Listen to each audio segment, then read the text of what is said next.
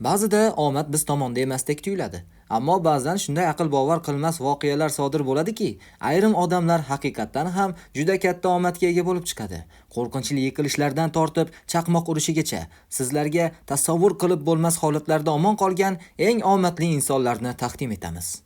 10-o'rin Natalya Pasternak. 2015-yil iyun oyida 55 yoshli Natalya Pasternak va uning yaqin dugonasi Valentina Sibir o'rmonlarida qayin shirasini yig'ish uchun yo'lga chiqishadi. Ular bu oddiy sayr hayotidagi eng dahshatli sinovga aylanishini xayollariga ham keltirmagan edilar. Ayollar o'zlari bilmagan holda ulkan ayiqning yo'liga tushib qolishadi. Avval ayiq Valentinani itiga duch keladi. So'ngra Natalyani ko'rib unga tashlanadi. Valentina dugonasini qutqarish uchun yovvoyi hayvonni tayoq bilan chalg'itishga urinadi. Ammo keyin yordam chaqirish uchun yugurib ketadi. Natalya esa ayiq bilan 1 soat davomida yolg'iz qoladi. Ayiq uni tilka pora qilgach, o'ldi deb o'ylaydi va keyinroq yeyish uchun ustiga tuproq va barglar tashlab ko'ma boshlaydi. Oradan bir muddat o'tib, voqea joyiga politsiya yetib keladi va og'ir yaralangan ayol hali ham nafas olayotganini payqaydi. Politsiyachilar ayiqni otib tashlashga majbur bo'lishadi. Shundan so'ng Natalyani tuproq ostidan chiqarib, shifoxonaga olib kelishadi. Natalya Pasternak omon qoladi. Hatto keyinchalik ijtimoiy tarmoqlarda post qoldirib,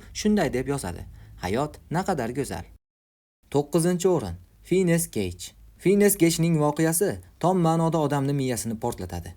1848-yil sentyabr oyida 25 yoshli Phineas Gage Vermont shtatida temir yo'l qurilishida portlatish ishlari bo'yicha brigadir bo'lib ishlayotgan edi. Aynan o'sha yerda dahshatli hodisa yuz berdi. U temir lom yordamida tiqqinni mahkamlab turgan paytida kutilmaganda porox portlab ketadi. Uzunligi 1 metr, diametri 3 sm bo'lgan temir lom otilib chiqib, Gage'ning chap yanog'iga sanchiladi. Miyasini teshib o'tib, ensa qismidan chiqib ketadi va yana qariyb 24 metr masofagacha uchib boradi. Eng ajablanarlisi shundaki, Gage hushini yo'qotmaydi. U hatto aravagacha yurib boradi. Shifokor bemorning hushida ekanini va bemalol gaplasha olayotganini ko'rib hayratda qoladi. Gage 1 oy o'tib uyidan chiqa olgan. Hatto baxtsiz voqea qayerda va qachon sodir bo'lganini aniq aytib bera olgan. Ammo ko'p o'tmay uning yaqinlari va do'stlari unda o'zgarishlar borligini payqay boshlaydi. Oldin muloyim va xushmuomala inson bo'lgan Gage tajovuzkor, qo'pol va odob axloqni unutgan odamga aylanadi. Jarohat natijasida uning miyasidagi oq moddaning 11% va miya po'stlog'ining 4% shikastlangan. Bu esa uni fikrlash jarayonlariga qaytarib bo'lmas zarar yetkazgan. Bugungi kungacha Phineas Gage nevrologiya tarixidagi eng mashhur bemorlardan biri hisoblanadi.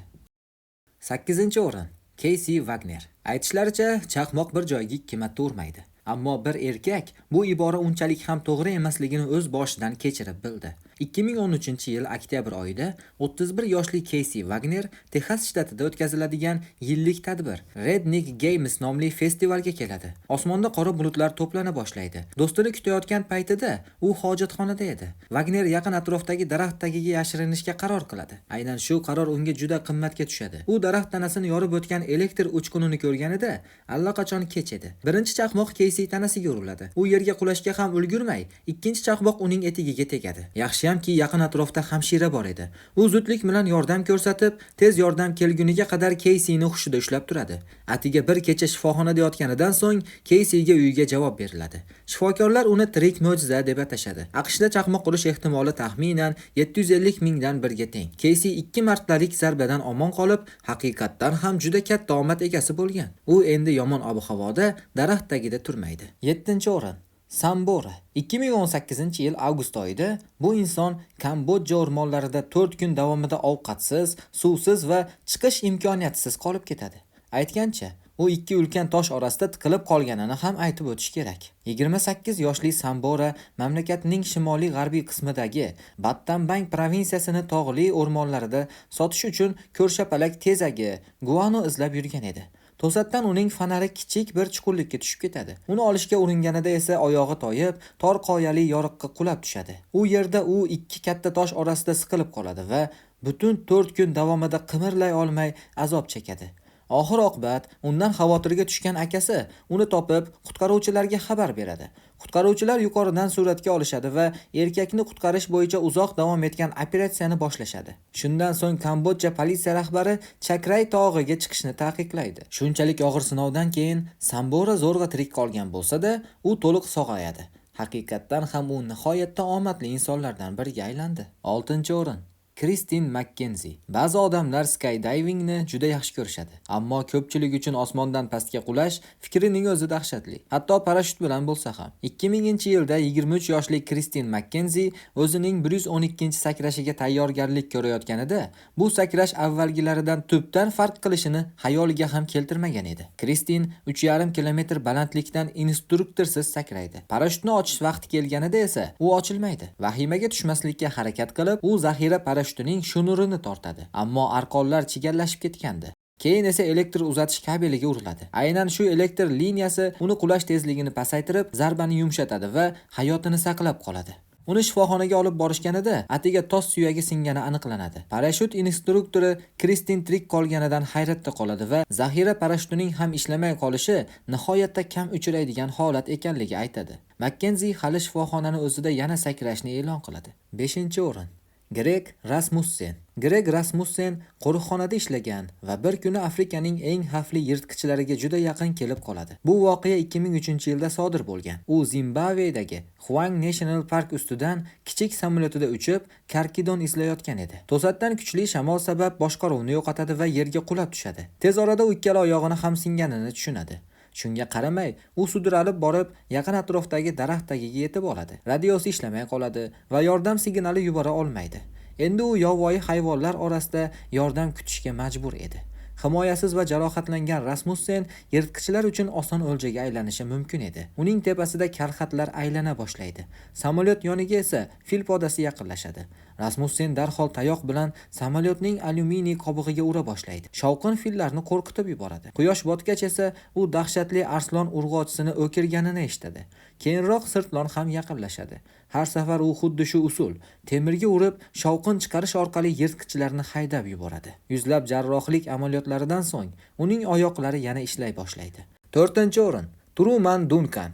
Mo'jiza odam degan unvonga sazovor bo'lish oson emas. 40 yoshli Truman Duncan bu nomga haqiqatdan ham loyiq. 2006-yilda Truman Texas shtatining Cleburne shahridagi temir yo'l zavodida ishlayotgan paytida dahshatli hodisa yuz beradi. U harakatlanayotgan ikki yuk vagonining orasiga yiqilib tushadi va deyarli g'ildiraklar orasida qolib ketadi. Ammo oxiri og'irligi 9 tonna bo'lgan vagon g'ildiraklari ostiga tushib ketadi va tos suyagi orqali tanasi ikkiga ajraladi. Hatto o'zi 911 raqamiga qo'ng'iroq qilishga ham muvaffaq bo'ladi. U tez yordamni 45 daqiqa kutadi. Shifokorlar esa uni darhol topa olishmaydi. Katta qon yo'qotish tufayli uning hayoti qil ustida turardi.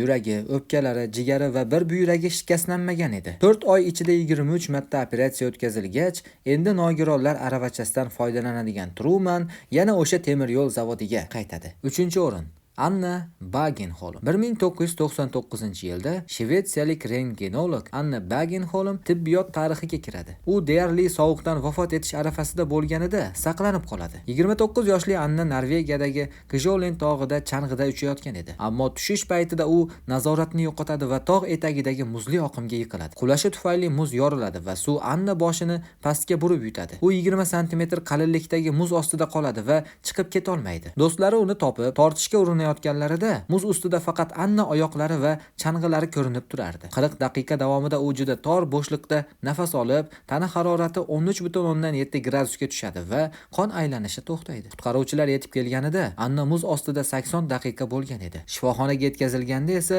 u allaqachon 2 soat davomida klinik o'lik holatida edi. Shifokorlar uni qonini isitishga harakat qilishadi va bir kun o'tib yuragi yana ishlay boshlaydi. Dastlab falaj bo'ladi, ammo 1 yil ichida yana yurishga muvaffaq bo'ladi. Shifokorlar ta'kidlashicha, ekstremal sovuq metabolizmni sekinlashtirib, miyada kislorodga bo'lgan ehtiyojni kamaytirgan. Induksiyalangan gipotermiya muhim vaziyatlarda hayotni saqlash uchun amaliyotga kiritilgan. 2-o'rin. Ron Hunt. Shunday rentgen tasvirli bemor tirik qolishi deyarli mumkin emasdek ko'rinadi, ammo juda omadli bir inson. Ron Hunt mo'jiza tariqasida omon qoladi. 2003-yil 15-avgustda Kaliforniyadagi Draggi shahrida Tahoe Donner bo'linmasida quruvchi sifatida ishlayotgan Hunt hayotini xavf ostiga qo'yadigan xatoga yo'l qo'yadi. U zinada turib, bosh yuqorisidagi yog'ochni burg'alayotgan bo'ladi va juda kuchli bosim bilan ishlaydi. Natijada zinadan tushib ketadi. Xavfsizlik qoidalariga muvofiq tushayotganida u burg'uni yon tomonga uloqtiradi. Ammo burg'u uzoqqa uchmaydi va u yuzi bilan yarim metrli burg'uning ustiga tushadi. Burg'u uning boshini teshib, o'ng ko'zidan kirib, bosh suyagini yon qismidan chiqadi. Ammo mo'jiza tariqasida burg'u miyani yon tomonga surib, miya shikastlanishini, falaj va o'limdan saqlaydi. Dastlab shifokorlar burg'uni kesib olishni rejalashtirgan bo'lsalar-da, keyin uni shurupini aylantirib chiqarishga qaror qilishadi. Qand olgan jarohatidan atiga 1 oy ichida tiklanadi. U ko'zini yo'qotgan va bosh suyagini sindirgan bo'lsa-da, nisbatan sog'lom qoladi. Uning fikrlash qobiliyati ham saqlanadi. Bu esa Phineas Gage'ning holatidan farq qiladi. Agar siz bundan oldingi videoni ko'rgan bo'lsangiz, ushbu sahnani eslaysiz. Yig'ilgan yog'ochlar bilan to'la yuk mashinasini qanchalik xavfli bo'lishi mumkinligini shu suratni ko'rib yanada his qilasiz. 2019-yil oktyabrda Gruziya shtatidagi bir haydovchi mo'jiza tariqasida tirik qoladi. Uning mashinasini yog'ochlar to'liq teshib o'tadi. Noma'lum haydovchi kofe stakanchasini olish uchun egilganida yuk mashinasiga uriladi. 40 ta yog'och oynani teshib, orqa oynadan chiqadi. Oddiy holatda haydovchi bundan omon qolmas edi, lekin u faqat yengil jarohatlar oladi. To'qnashuvlar paytida uning o'rindig'i biroz egilgan bo'lgan. Bu esa hayotini saqlab qolishga yordam bergan. Qutqaruvchilar ko'plab yog'ochlarni kesib, haydovchini 10-15 daqiqa ichida qutqarishadi. Eng hayratlanarlisi, haydovchini boshi yog'ochlar orasida mukammal bo'shliqda qolgan. Aynan shu uning tirik qolishiga sabab bo'lgan. Bunday omad bilan u darhol lotereya chiptasini sotib olish kerak menimcha. Sizningcha, ushbu ro'yxatdagi odamlarning qaysi biri eng omadli edi? Videoni ostidagi kommentariyalarda yozib qoldiring va videoni oxirigacha ko'rganingiz uchun rahmat.